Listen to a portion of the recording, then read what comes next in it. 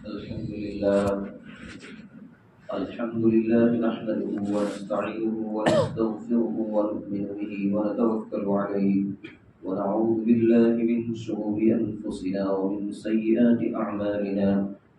من يهده الله فلا مضل له ومن يضلله فلا هادي له أشهد أن لا إله إلا الله وحده لا شريك له وأشهد أن سيدنا ومولانا محمدا عبده ورسوله صلى الله تعالى عليه وعلى آله وأصحابه وبارك وسلم تسليما كثيرا كثيرا. أما بعد فأعوذ بالله من الشيطان الرجيم. بسم الله الرحمن الرحيم. والذين يكنزون الذهب والفضة ولا ينفقونها في سبيل الله فبشرهم بعذاب عليم يوم يحمى عليها فتكوى بها جباههم وجنوبهم وظهورهم هذا ما كنزتم لأنفسكم فذوقوا ما كنتم تكنزون. صدق الله العظيم. آئیے دوستو بزرگ عزیز ہو، رمضان المبارک کا 18واں دن ہے، 2 حصوں کی رمضان گزرنے کے قریب ہے اور ایک عظیم الشان حصہ عشرہ آخرہ کا بھی باقی ہے۔ اللہ تعالیٰ کی بے پایہ رحمتیں بندوں پر برس رہی ہے اور مختلف بہانے سے اللہ تعالیٰ بندوں کو مغفرت کا پروانہ دے رہے ہیں۔ کسی کو تراویح پر معاف کر دیا، کسی کو روزے پر معاف کر دیا، کسی کو قرآن کی تلاوت پر معاف کر دیا، کسی نے اگر کسی کو روزہ افطار کرایا تو اس پر معاف کر دیا۔ اللہ تعالیٰ کی ذات اقدس جو ہے وہ بہانہ ڈھونڈتی ہے اور بہانے سے مغفرت میں ہزاروں کی تعداد میں اللہ تعالیٰ بندوں کی مغفرت فرماتی ہے۔ اور جو ارکان اسلام ہے جیسے نماز ہے، روزہ ہے، حج ہے، ایسے ایک بہت بڑا رکن ہمارے مذہب میں زکوٰۃ کا ہے۔ جیسے نماز فرض ہے ویسے زکوٰۃ بھی فرض ہے۔ اللہ تعالیٰ نے عبادتوں کی 2 قسمیں بنائی ہے، ایک جانی عبادت ہوتی ہے، ایک مالی عبادت ہوتی ہے، اور تیسری ایک عبادت ہوتی ہے جان اور مال کی مشترک عبادت۔ جیسے ایک آدمی نماز پڑھتا ہے تو نماز صرف جانی عبادت ہے، بدنی عبادت ہے، صرف اس میں انسان کا بدن استعمال ہوتا ہے، 1 روپیہ بھی خرچ نہیں ہوتا۔ ابھی آپ آ کر کے مسجد آمینہ میں جمعہ کی نماز ادا کریں گے تو 1 روپیہ بھی آپ کا خرچ نہیں ہوگا، بلکہ الٹے سے آپ کو جو ہے بہترین قالین ہے، اے سی کی ٹھنڈک ہے، پنکھوں کی ہوا ہے، اور اگر رمضان نہ ہو تو ٹھنڈا پانی ہے، اگر سردی چل رہی ہو تو وضو کے لیے گرم پانی، سارے انتظامات مسجد میں ہوتے ہیں۔ نماز پڑھنے میں 1 روپیہ بھی خرچ نہیں ہوتا۔ اور روزہ جو ہے، روزہ بھی بدنی عبادت ہے، اس میں بھی آدمی کو پیسے خرچ کرنے کی ضرورت نہیں پڑتی۔ اور زکوٰۃ جو ہے وہ صرف مالی عبادت ہے، اس میں آدمی کے بدن کا کوئی تعلق نہیں، صرف اور صرف مال استعمال ہوتا ہے کہ اللہ نے صاحب صلاحیت بنایا ہے، اللہ نے مال دیا ہے تو اس کی کچھ شرطوں کے ساتھ جو ہے سال میں 1 مرتبہ زکوٰۃ نکالی جائے۔ اور حج جو ہے وہ بدن بھی حج میں استعمال ہوتا ہے، پیسہ بھی استعمال ہوتا ہے، تو حج جان اور مال کی مشترک عبادت ہے۔ تو زکوٰۃ جو ہے بندے پر سال میں 1 مرتبہ اللہ نے فرض فرمائی، وہ بھی بہت کم، 2.5% زکوٰۃ ہے، صرف 2.5%، 100 کے اوپر صرف 2.5 روپے۔ اللہ کا دیا ہوا مال ہے، اللہ کی دی ہوئی ساری پراپرٹی ہے، اگر اللہ چاہتا تو ہمیں یہ حکم دیتا کہ ہمارے دیے ہوئے مال میں سے آدھا خرچ کرو، تو بولو آپ اللہ کے سامنے آرگیومنٹ کر سکتے تھے کہ بھائی آدھا کیسے خرچ کریں۔ اللہ اس کے اوپر کوئی فیس اور کوئی ٹیکس نقی کر دیتا کہ اگر زکوٰۃ ادا نہیں کی تو تمہارا پانی بند ہو جائے گا، تمہارا کھانا بند ہو جائے گا، تمہارے گلے کی نسیں بند کر دوں گا، تو مجبوراً ہمیں ادا کرنا پڑتا۔ لیکن اللہ بڑا کریم ہے، بڑا رحیم ہے، وہ جانتا ہے کہ بندوں کو مال سے کتنی محبت ہوتی ہے، اس لیے اللہ نے اپنے بندوں کی رعایت کرتے ہوئے صرف اللہ کے دیے ہوئے مال میں سے 2.5% کو زکوٰۃ فرض کی، وہ بھی سب مسلمانوں پر نہیں، اس کے لیے بھی شرطیں لگائی کہ وہ مسلمان جس کے پاس اتنا مال ہو چاہے وہ مال سونے کی شکل میں ہو، چاندی کی شکل میں ہو، چاہے کیش روپیوں کی شکل میں ہو، چاہے وہ دکان میں جو ہم نے بیچنے کے لیے سامان لائے ہیں اس کی شکل میں ہو، یا سب ملا کر کے 52.5 تولہ چاندی، 52.5 تولہ چاندی کی قیمت آج کے اعتبار سے اگر لمسم گننے جاوے تو 42-43 ہزار روپے کے قریب ہوتی ہے۔ تو جس کے پاس بھی 42,000 روپے ہو اور اس کے اوپر سال پورا ہو جاوے، اپنی ساری ضرورتیں پوری کر دی اور سال اس پر پورا ہو گیا اور 42,000 روپے کا وہ مالک ابھی ہے، تو اس کو صاحب نصاب شریعت میں کہا جاتا ہے، وہ آدمی مالدار شمار ہوتا ہے، وہ آدمی مالدار گنا جائے گا۔ اب اس کے اوپر جیسے آج 19 رمضان ہے، تو پچھلے 19 رمضان سے لے کر اس 19 رمضان تک میں نے حساب کیا تو میری ساری ضرورتیں پوری ہو گئی، میرا قرضہ بھی ادا ہو گیا، میرے بچوں کی اسکول کی فیس بھی بھر دی، ٹیوشن کی فیس بھی بھر دی، اگر کرائے کے مکان میں رہتا ہوں تو کرایہ بھی بھر دیا، کوئی خرچہ میرے اوپر باقی نہیں ہے، سب خرچے میرے پورے ہو گئے اور اس 19 رمضان کو میرے پاس 42,000 روپے کی مالیت بچتی ہے، چاہے وہ مالیت سونے کی شکل میں ہو، سونے چاندی دونوں کو ملا کر کے ہو، یا نقد پیسے کی شکل میں ہو، یا تجارت کا جو سامان ہم بیچنے کے لیے لیتے ہیں اس کی شکل میں ہو، اس کے اوپر زکوٰۃ واجب ہو جاتی ہے۔ 1000 کے اوپر سے 25 روپے زکوٰۃ آتی ہے، 2.5% زکوٰۃ ہے۔ 100 کے اوپر 2.5 روپے اور 1000 کے اوپر 25 روپے، 1 لاکھ کے اوپر 2500 روپے ہوتے ہیں۔ اور دیکھو اللہ تعالیٰ قرآن میں یوں کہتا ہے والذین یکنزون الذہب والفضہ،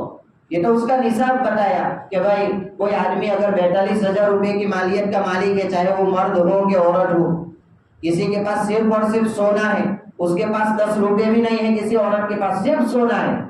نہ 10 روپے ہے نہ کوئی چاندی کی چھلے وغیرہ کی کوئی چیز ہے،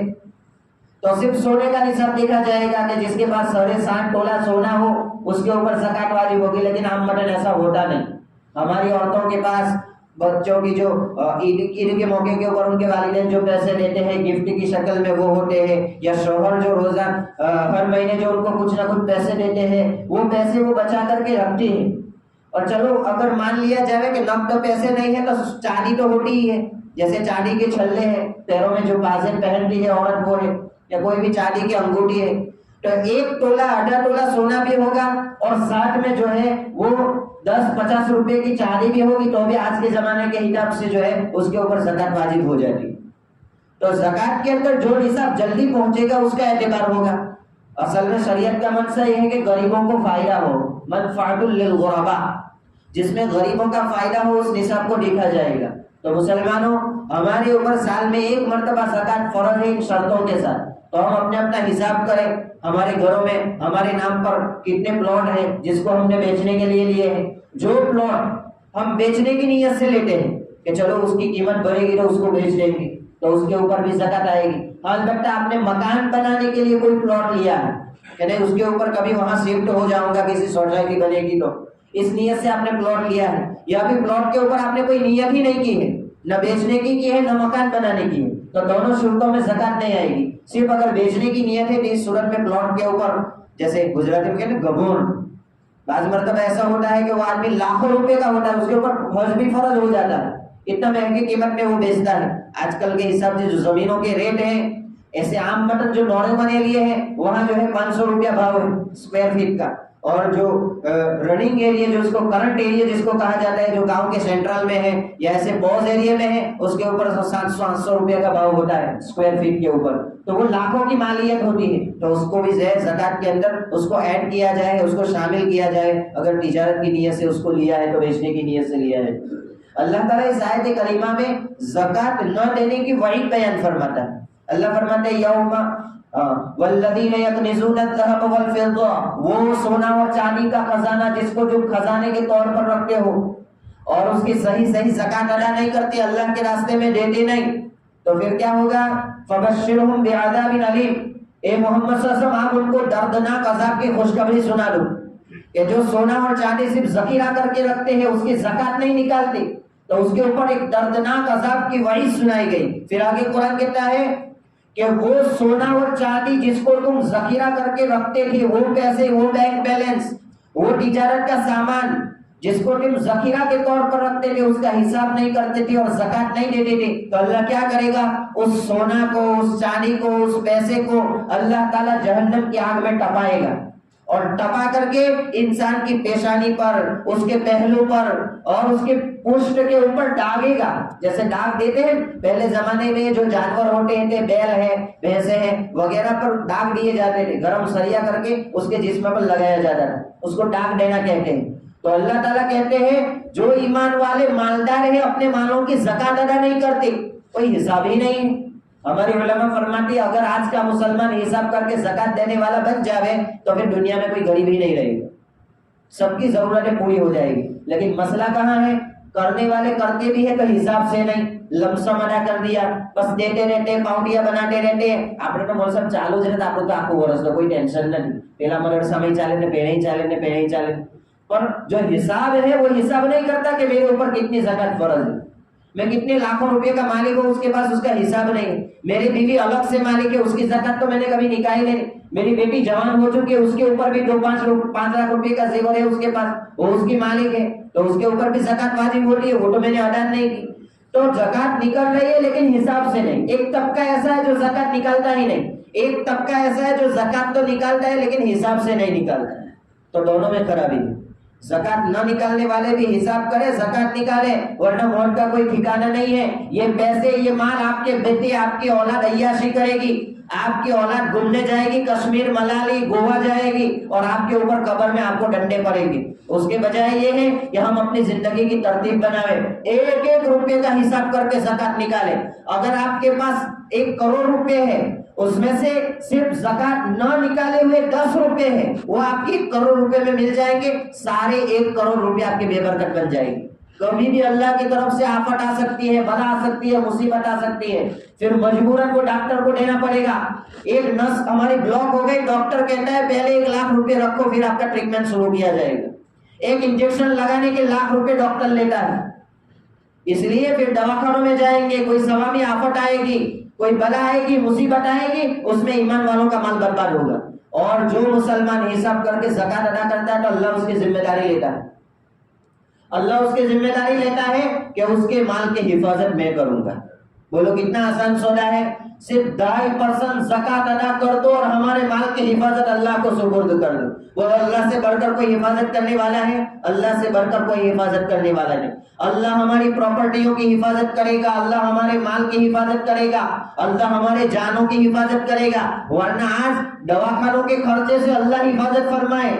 دواخانوں میں جانے سے مسلمانوں کی اللہ حفاظت فرمائے، وہاں بڑے بڑے ٹیسٹ چھوڑے لے کر کے ڈاکٹر بیٹھے ہوئے ہیں، معمولی بیماری پر لاکھوں روپے کا خرچہ آپ کا ہو جاتا ہے۔ اس لیے اگر زکات ادا نہیں کیا، اللہ کا فریضہ ادا نہیں کیا، تو پھر وہ پیسے ڈاکٹروں کے پاس جائیں گے، وہ پیسے جو ہے آپ کی اولاد عیاشی میں اڑانے گی، بکرے کاٹے گی آپ کی اولاد، اور بکرے منڈی میں جا کر کے پورے بکرے دوستانوں کو کھلائے گی، اور آپ ایک ایک سبحان اللہ کے لیے قبر میں ٹرسیں گے۔ لیکن آپ کی اولاد کو ایک مرتبہ قل ہو اللہ پڑھ کے بھی قل ہو اللہ پڑھ کر بخشنے کی توفیق نہیں ہوگی۔ اس لیے شریعت کا بہت اہم پہلو ہے زکات، اور زکات کا ایک سسٹم ہونا چاہیے۔ دیکھو اللہ کے نبی نے زکات اس لیے مسلمانوں پر فرض نہیں کیا ہٹے کٹے مسلمانوں کو دے دیا جائے، کام کرنے سے ان کو اٹکا دیا جائے۔ آج یہی ہوتا ہے، میرے اوپر پیسے آئے باہر سے 5 لاکھ روپے تقسیم کرنے کے لیے، میں اپنے بھتیجے کو دوں گا، باجی کو دوں گا، اس کے بیٹوں کو، اس کے بیٹے کو، میں اپنا خاندان پورا سیو کر دیتا ہوں۔ اور باہر بیچارہ میرے پڑوس میں ایسا آدمی ہے جو مشکل سے اپنا گزران چلا رہا ہے، سالوں سے کرائے کے مکان میں رہتا ہے، بڑا فیملی ہے جس کو اس کی فیملی کا پالن پوشن کرنا مشکل ہے، لیکن میں اپنے پریوار واد سے اونچا آؤٹ ہو نہیں، پریوار واد میں ہی اونچا نہیں آتا، میں پہلے اپنے خاندان کو سیو کروں گا کہ پہلے اس کو، حالانکہ سب جمع کرنے کے لیے کر رہے ہیں، سب مکان پر اچھے بنگلے بنا رہے ہیں، مستحق نہیں ہے زکات کے۔ تو زکات ایک سسٹم سے ہونا چاہیے۔ زکات تو غربت دور کرنے کے لیے ہے، زکات معیشت کو مضبوط کرنے کے لیے ہے۔ کسی آدمی بیچارہ بے روزگار ہے، اس کو کوئی روزی کا سامان دلا دو، کوئی دکان اس کو دلا دو، کوئی اس کو جو ہے لاری بنوا دو تاکہ اس کو معیشت کا سامان مل جاوے۔ کوئی جیسے ابھی 10ویں 12ویں کا ایگزام آئے گا، بہت سارے ہمارے مسلم بچے ٹاپر ہوں گے، ٹاپر اچھے پرسنٹیج سے کامیاب ہونے والے، لیکن گھروں کی حالت اتنی کنڈم ہے کہ بیچارے آگے بڑھ نہیں پاتے۔ تو ان مسلم بچوں کے پیچھے وہ پیسے لگاؤ تاکہ مسلم قوم کو مسلم لائر مل سکے، مسلم قوم کو مسلم انجینئر مل سکے، اور مسلم قوم کو وہ ڈاکٹر مل سکے جو ڈاکٹر کے ٹیبل پر بیٹھ کر جانتا ہے کہ اگر خون بہہ جائے گا تو اس کا وجود ٹوٹ جائے گا۔ سنت ہو، وہ ڈائری رکھ کر کے ڈاکٹر کی کیبن میں بیٹھا ہوا ہو، اس کے چہرے پر اللہ کے نبی کی سنت سجی ہوئی ہو، اس کا لباس سنت کے مطابق ہو، ایسے ڈاکٹروں کی امت میں ضرورت ہے۔ آپ مسلم پیسوں پر، مسلم بچوں پر وہ پیسے لگائیں گے، یونیورسٹیوں میں اچھے سے اچھے کالجوں میں ان کا ایڈمیشن کروا کر کے آپ ان کا خرچہ اپنے ذمہ لیں گے تو امت کے اوپر آپ کا بہت بڑا احسان سمجھایا جائے۔ ہمارے ضلع میں یہ بہت کم عادت ہے، ورنہ سورت ضلع میں ہم نے اکثر ایسا دیکھا کہ اس میں یہ معیشت کو مضبوط کرنے کا بہت رواج ہے۔ اپنے خاندان کے جو ایسے ٹیلنٹڈ بچے ہوتے ہیں جو بیچاری مال کی کمزوری کی وجہ سے آگے نہیں بڑھ پاتے ہیں، ان کو آگے بڑھانے کی کوشش کرتے ہیں۔ اس لیے زکوٰۃ کا سسٹم ایک منظم سسٹم ہے جس میں اگر صحیح معنی میں اس کو ادا کیا جائے تو دنیا سے غربت دور ہوگی، دنیا سے معیشت کی فراوانی ہوگی، معیشت جو ہے وہ مضبوط ہوگی، اور ہماری فائنینشلی کنڈیشن جس کو انگلش میں بولتے ہیں وہ فائنینشلی کنڈیشن ہماری مضبوط ہوگی، اور پھر وہی ایمان والا جس کو ابھی آپ زکوٰۃ دے رہے ہیں کچھ سالوں کے بعد وہ خود زکوٰۃ نکالنے والا بنے گا، اس کی اتنی مضبوط ہو جائے گی۔ خیر، تو یہ بہت اہم پہلو ہے زکوٰۃ کا، اور بہت اہم رکن ہے جس کی طرف سے اکثر ایمان والوں کی طرف سے جو ہے غفلت برتی جا رہی ہے، اور خاص کر کے ہماری مستورات میں اس کا بار بار تذکرہ کرو۔ آج اگر گھر سے مسجد سے گھر جاؤ تو لے کر کے بیٹھو اپنی مستورات کو، بار بار بیانات میں ان کو بھی سمجھایا گیا، پوری تفسیر ان کے سامنے بیان کی گئی، پھر بھی آپ کو جا کر کے تذکرہ کرو کہ ہم زکوٰۃ کا بیان سن کر کے آئے، بتا تیرے پاس کتنا سونا ہے، کتنا چاندی ہے، کتنا بینک بیلنس ہے، اور پھر پرسنٹیج نکالو، 2.5% کے حساب سے اس کی زکوٰۃ نکالو، دو اپنے رشتہ داروں میں غریبوں کو، اپنے پڑوسیوں کو دو، اپنے غریبوں کو دو، اپنے محلے کے ایسے لوگوں کو تلاش کر کے دو جو بیچارے مانگنے سے شرماتے ہیں۔ ایسے لوگ تو ہوتے ہیں جو سامنے سے مانگتے ہیں، لیکن کچھ طبقہ ایسا ہوتا ہے جو اچھے کپڑوں میں گھومتا ہے، لوگ ان کو غریب نہیں سمجھتا، بیچارے لوگوں کے پاس ہاتھ پھیلانے سے ڈرتے ہیں، تو شریعت کہتی ہے ایسے لوگوں کو تلاش کر کے دو، آپ کی زکوٰۃ صحیح جگہ پر ادا ہوگی۔ ایسے تلاش کرو، بہت سارے لوگ ایسی بستیوں میں ملیں گے، صرف ایک نامور جو لوگ ہوتے ہیں اس کو دے دیتے، یہاں وہاں ایک بیوہ عورت ہے اس کے نام کے اوپر ہزاروں اور لاکھوں روپے جو ہے اس کے اکاؤنٹ میں جمع ہے، لیکن ہم بیوہ سمجھ کر اس کو سالوں سے زکوٰۃ دے رہے ہیں۔ ایک غریب ہے جس کے بینک بیلنس ہے، جس کے پلاٹ ہے، جس کے سٹی ایریا میں جس کے خود کے مکانات ہیں لاکھوں روپے کے، ہم اس کو غریب سمجھ کے زکوٰۃ دے رہے ہیں۔ اور خاص کر کے یہ مانگنے والے کلنگر جو بغیر روزے کے مانگنے کے لیے آتے، اللہ کے واسطے ایک روپیہ بھی مت دو ان کو۔ یہ بغیر روزے سے آتے ہیں جوان ٹگرے، آپ کے پاس آ کر کے آپ کے آنگن میں آپ کو دعا دیتے ہیں، ارے یہ دعا کیا کام کی، تو بغیر روزے کے ہے، تیرے منہ سے بے روزے کی بدبو آ رہی ہے، تو کیا دعا دے رہا ہے؟ ہماری عورتیں بیچاری بھولی بہت ہوتی ہیں، ان کی باتوں میں آ کر کے بڑی سخی بن جاتی ہے، اور 10 کا نوٹ نکال کر کے دیتے ہیں۔ محلے میں سے 1000 لوگوں کے پاس سے وہ 10 کا نوٹ لے کر کے جائے گا، وہ چرس خانے میں جا کر کے چرس پیے گا، وہ گانجا مارے گا، وہ شراب پیے گا، وہ جوا کھیلے گا، اور وہ عیاشی میں آپ کے حلال پیسے لگائے گا۔ اس لیے ان کریم کلنگروں کو ہرگز مت دو۔ ہاں، کوئی معذور آ گیا، مجبور آ گیا، وہ بھی آپ کو ان کا بھی کاروبار بن گیا کہ مائک لے کر کے ایک سسٹم سے آتے ہیں اور اناؤنس کرتے ہیں، ان کو بھی مت دو، بلکہ بہتر یہ ہے آپ کے غریبوں میں، آپ کے محلے کے غریبوں میں، آپ کے رشتہ داروں میں ایسے غریب لوگوں کو تلاش کرو جو بیچارے مانگنے سے شرماتے ہیں لیکن حقیقت میں وہ غریب ہے، ایسے لوگوں کو تلاش کر کے اپنی زکوٰۃ کو پہنچاؤ۔ اللہ